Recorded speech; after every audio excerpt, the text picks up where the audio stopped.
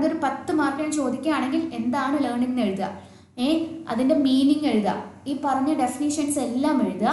അതിൻ്റെ കൂടെ തന്നെ ഇനി നമ്മൾ അതിൽ ആഡ് ചെയ്യാൻ പോകുന്നത് നേച്ചർ ഓഫ് ലേണിംഗ്. ഈ ലേണിങ്ങിൻ്റെ നേച്ചർ എങ്ങനെയാണ്, അതായത് ഈ പറഞ്ഞ കാര്യങ്ങളെ തന്നെ ഒന്നും കൂടി ഷോർട്ട് ആൻഡ് ക്രിസ്പായിട്ട് നമ്മൾ പറയാൻ പോവുകയാണ്.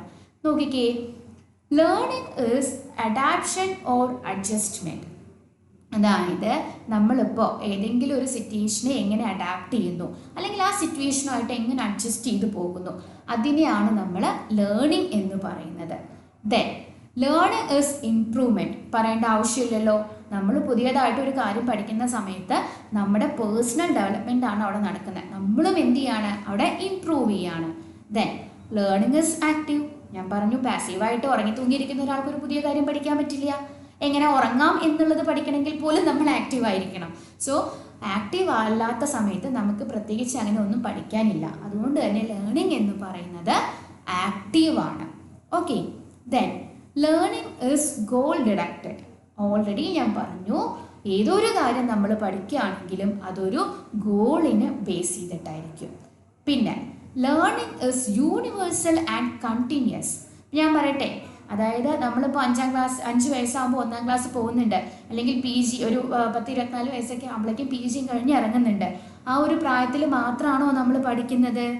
ഒരിക്കലുമല്ല. ജനിച്ചു വീണ ഒരു കുട്ടി, ആ ഒരു കുട്ടി മുതൽ നമ്മൾ മരിക്കുന്നത് വരെ നമ്മൾ എന്ത് ചെയ്തുകൊണ്ടിരിക്കുകയാണ്, പഠിച്ചുകൊണ്ടേയിരിക്കുകയാണ്.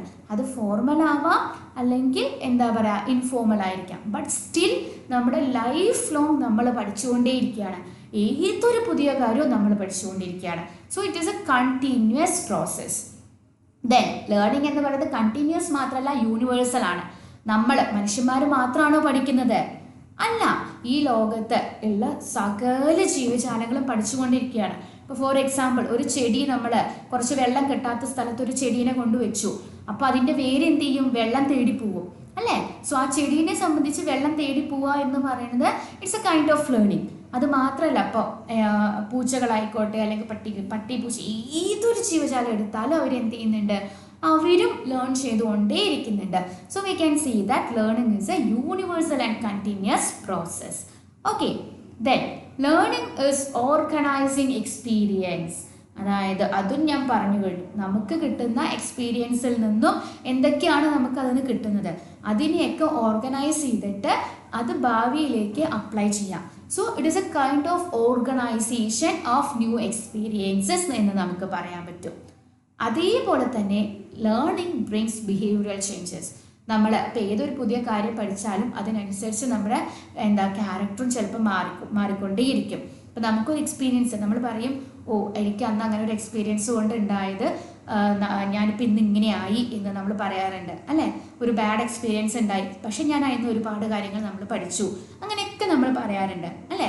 സോ ഏതൊരു എക്സ്പീരിയൻസും നമുക്ക് എന്താണ്, ഒരു ബിഹേവിയറൽ ചേഞ്ച് കൊണ്ടുവരുന്നതാണ്. സോ നമുക്ക് പറയാൻ പറ്റും ലേണിംഗ് എന്ന് പറയുന്നത് ഒരു ബിഹേവിയറൽ ചേഞ്ച് ആണ്.